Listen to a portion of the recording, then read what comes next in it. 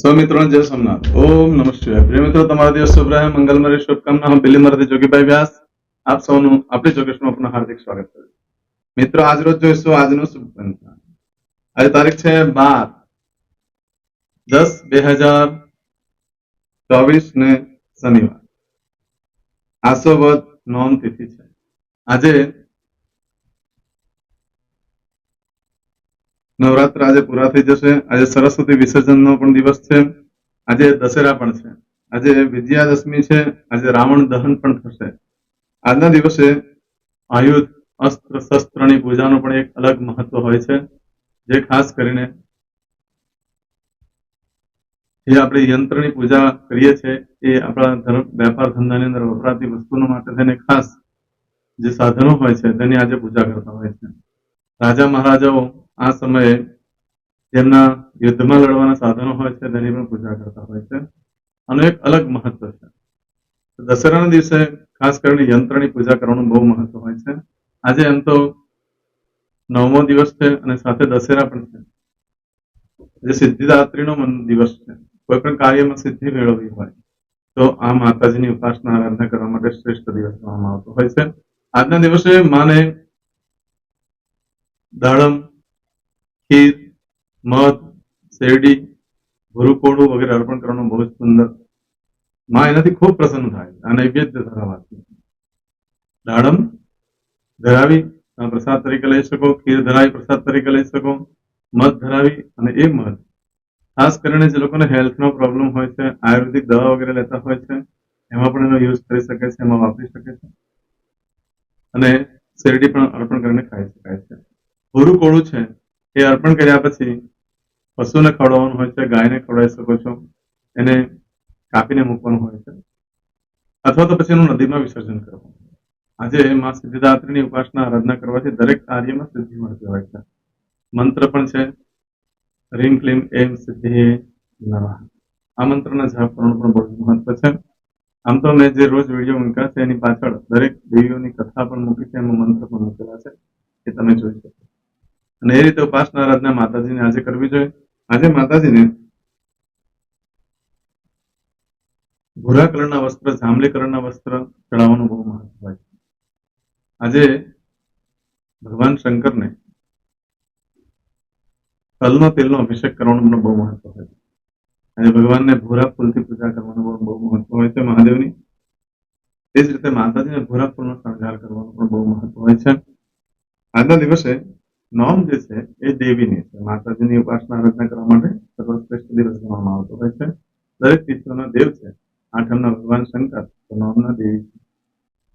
આ દિવસે નવરાત્ર પૂર્ણ થાય છે. માને પ્રાર્થના કરું કે જેને જેને વ્રત ઉપવાસ આદિ કર્યા છે એનો એમાં પૂરેપૂરું ફળ પ્રાપ્ત કરાવે, એ લોકોની મનોકામના પૂર્ણ કરે એવી માતાજીને પ્રાર્થના કરું છું. જે દશેરાના દિવસે થાળ વગેરે નૈવેદ્ય વગેરે ધરાવતો હોય એ લોકો આજે ધરાવવાનો રહેશે. આજના દિવસે માની ઉપાસના આરાધના કર્યા પછી શમીની પૂજા કરવાનું પણ બહુ મહત્વ છે. જે સમડી કહેવાય છે, જે શનિનું ઝાડ છે, એની ઉપાસના આરાધના કરવાનું, એને દોરો બાંધવાનું, વસ્ત્ર વગેરેની પૂજા કરી અને શમીની પૂજા કરવાથી શુભ લક્ષ્મીની પ્રાપ્તિ થતી હોય છે. જેમાં ગણેશજીનો પણ વાસ છે, શનિદેવનો પણ વાસ હોય છે. આનું એક અલગ મહત્વ ચોક્કસ આ થાય તો કરજો. આજે જોઈશું આજનો શુભ પંચાંગ. આજે જે બાળકનો જન્મ થાય એની તિથિ ગણાય છે નોમ. આ નોમ તિથિ આજે સવારે 10:59 પૂર્ણ થઈ જાય અને ત્યાર પછી જે બાળકનો જન્મ થાય એની દસમ તિથિ ગણાશે.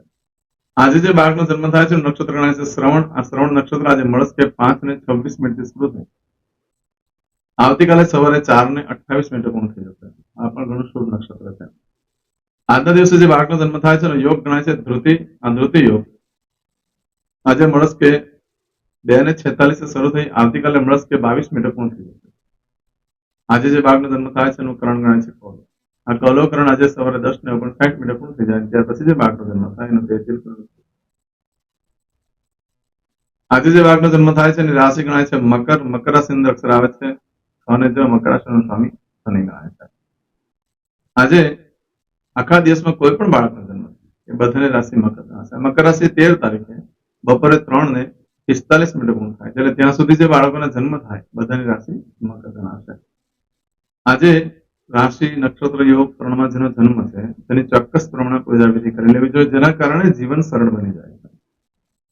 આજે જે કોઈ મારા સબસ્ક્રાઇબ મિત્રોની વર્ષગાંઠ છે, અમારા ઘર પરિવારમાંથી કોઈ પણ સદસ્યની વર્ષગાંઠ છે, મેરેજ એનિવર્સરી હોય, એ બધાને મારી ઘણી ઘણી શુભકામના. તમારા જીવનમાં ખૂબ પ્રગતિનો થાય. ભગવાન શંકર તમારી બધી મનોકામના પૂર્ણ કરે એવી હું સોમનાથ દાદાને પ્રાર્થના કરું છું.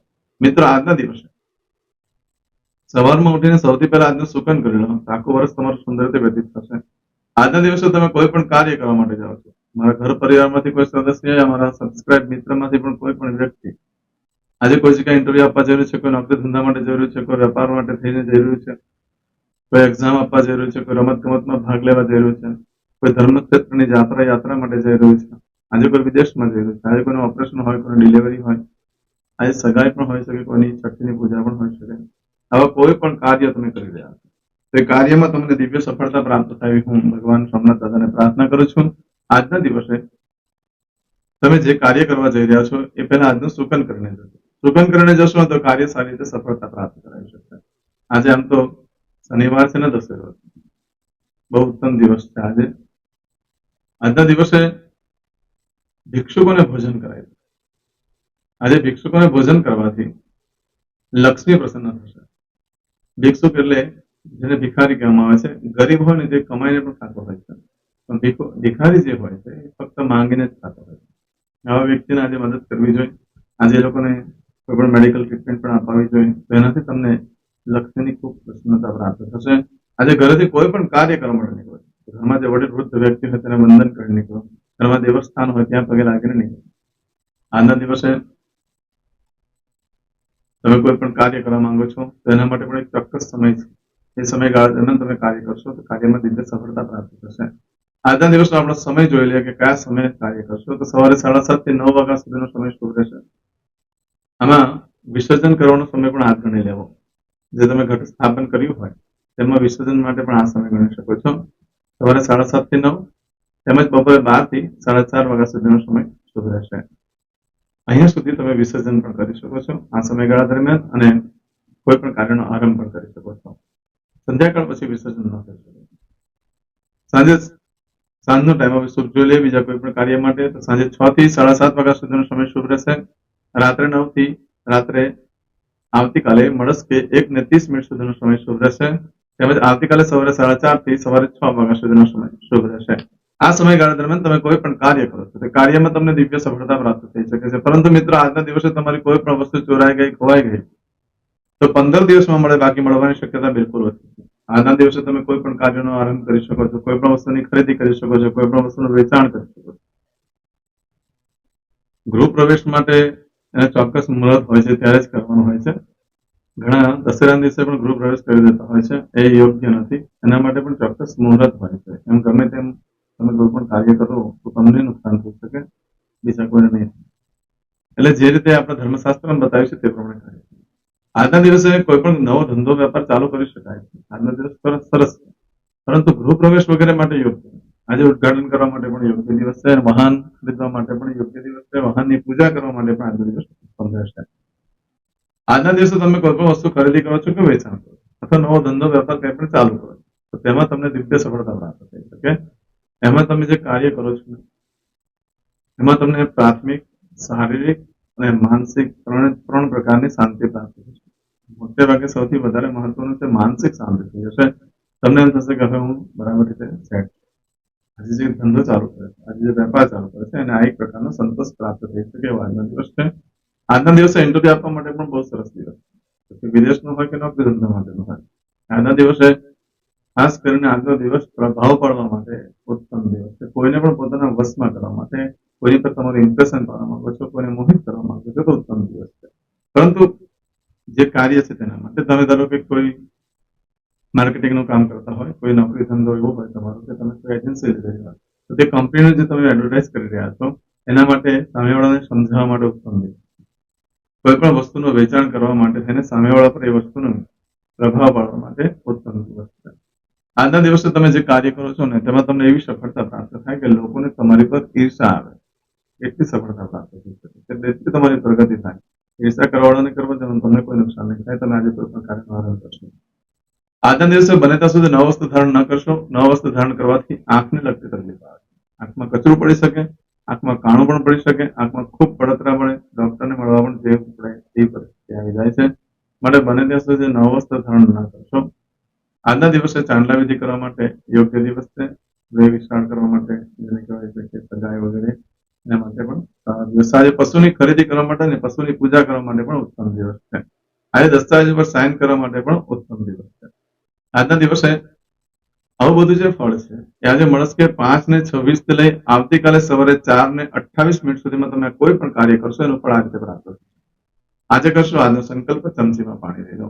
અદ્યતન માસનમ માસોત્તમ બ્રહ્મ પવિત્ર અશ્વિન માસે શુભે શુક્લ પક્ષે નવમ્યામ અંતર્ગત દશમ્યામ મંદવા શરણિતાયામ. મિત્રો આજે ખાસ કરીને હનુમાનજીની ઉપાસના આરાધના કરવા માટે ખાસ જવું. આજે હનુમાનજીને તલના તેલ, સિંદૂર, અત્તર અને માખણ મિક્સ કરી અને એનો વાગો કરવો જોઈએ. હનુમાનજીની ઉપાસના આરાધના આજે કરવા માટે ઉત્તમ દિવસ છે. કારણ કે આજે રામજીએ આ સંસારમાંથી ત્રેતાયુગનો અંત કર્યો હતો અને નકારાત્મકતા વસ્તુને દૂર કરી હતી અને તે હનુમાનજીની સહાયથી થઈ હતી.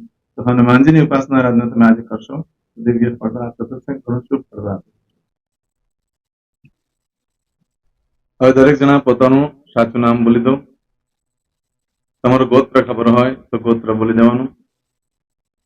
પછી બોલવાનું છે અહમ, મમ, આત્મન, શ્રુતિ, સ્મૃતિ, પુરાણોક્ત, પુણ્ય, ફલ, પ્રાપ્તિ, અર્થમ, અપ્રાપ્ત, લક્ષ્મી, પ્રાપ્તિ, અર્થમ, પ્રાપ્ત, લક્ષ્મી, ચિરકાલ, સૌ, રક્ષણાત્મક, લોકેવા, સભાયામ, રાજદ્વારે, વ્યાપારે, વિદ્યા અભ્યાસે, દેશે, વિદેશે, સર્વત્ર, યશ, કીર્તિ, વિજય, લાભાદि, પ્રાપ્તિ, અર્થમ, મમ, અખિલ, કુટુંબસ્ય, આયુ, આરોગ્ય, ऐश्वर्यादि, प्राप्ति, अर्थम, मम, जन्म, समय,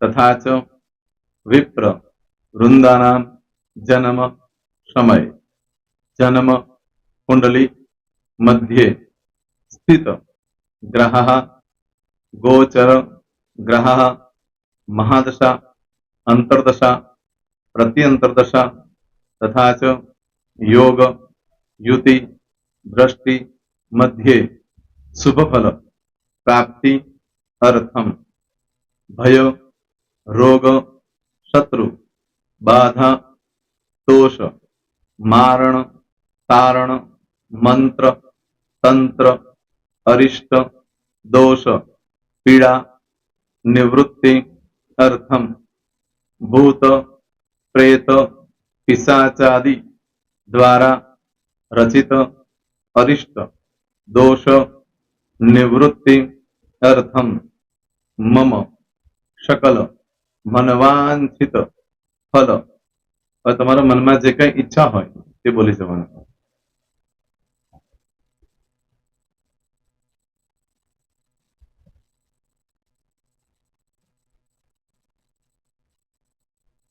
બોલવાનું અનુસારત सकल मनवांछित फल प्राप्ति अर्थम.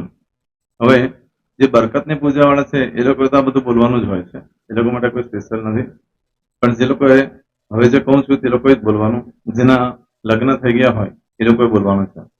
મમ દાંપત્ય જીવન મધ્યે સુખાકારી પ્રાપ્તિ અર્થમ પુત્ર પૌત્રાદિ સંતતિ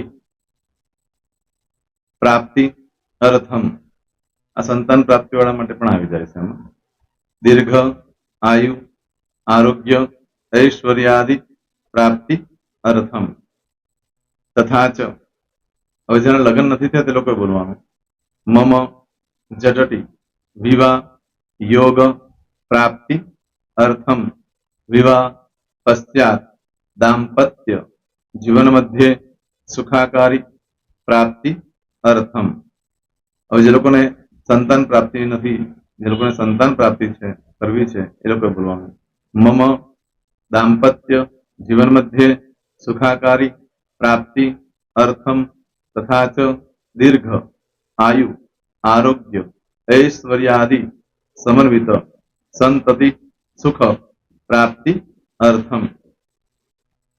હવે જે અભ્યાસ કરી રહ્યા છો છોકરાઓ વિદ્યાર્થીઓ છે તે લોકોએ બોલવાનું છે મમ વિદ્યા અભ્યાસ મધ્યે ઉત્તરો ઉત્તર પ્રગતિ ઉન્નતિ સાનુકૂળતા પૂર્વક દિવ્ય સફળતા પ્રાપ્તિ અર્થમ। હવે જે લોકો વિદેશમાં જવા માંગતા હોય કે સીટમાં જવા માંગતા હોય મતલબ ભારત દેશની બહાર જઈને ધંધો વેપાર કરવા માંગતા હોય એ લોકોએ અથવા વિદેશ જવા માંગતા હોય કાયમ માટે એ લોકોએ બોલવાનું છે मम जटटी विदेश गमन योग प्राप्ति अर्थम विदेश गमन कार्य मध्य सानुकूलता पूर्वक दिव्य सफलता प्राप्ति अर्थम। आरोग्य वाળા બોલવાનું છે જેને આરોગ્યની પૂજા આપેલી હોય એ લોકોએ એમ તો દરેક જણા જ બોલવાનું છે બોલો મમ આયુ આરોગ્ય ऐश्वर्यादि प्राप्ति अर्थम।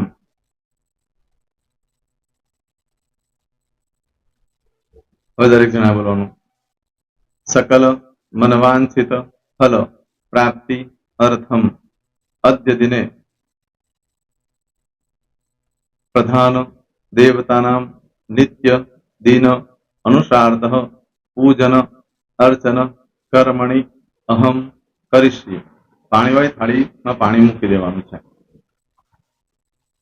હવે તમારી બધી પૂજા જે મેં આપેલી છે એ પૂજા થઈ જાય अथवा तो तमे रोज पूजा करता छो मारी पासे नहीं लई गया ये पूजा थी जाए पछी फरी पाछी चमकी में पानी लेवानुं अहींया विडियो ने स्टॉप कर देवानुं पूजा पते एटले पाछो आगळनुं करवानुं छे अहींया विडियो स्टॉप कर देवानुं ने पूजा पते एटले बोलवानुं छे विष्णवे विष्णवे विष्णवे नमो नमः विष्णु स्मरण सर्वं परिपूर्ण अस्तु।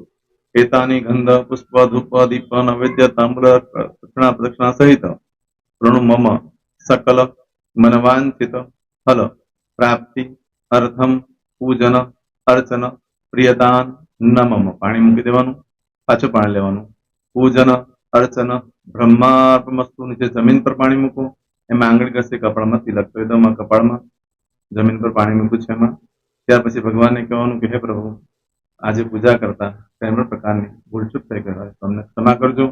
अमे तमारा बाळक छे प्रभु तमारो खूब आभार मानु छुं। आज मारी पासे तमारी पूजा करावी मारी मनोकामना पूर्ण करी।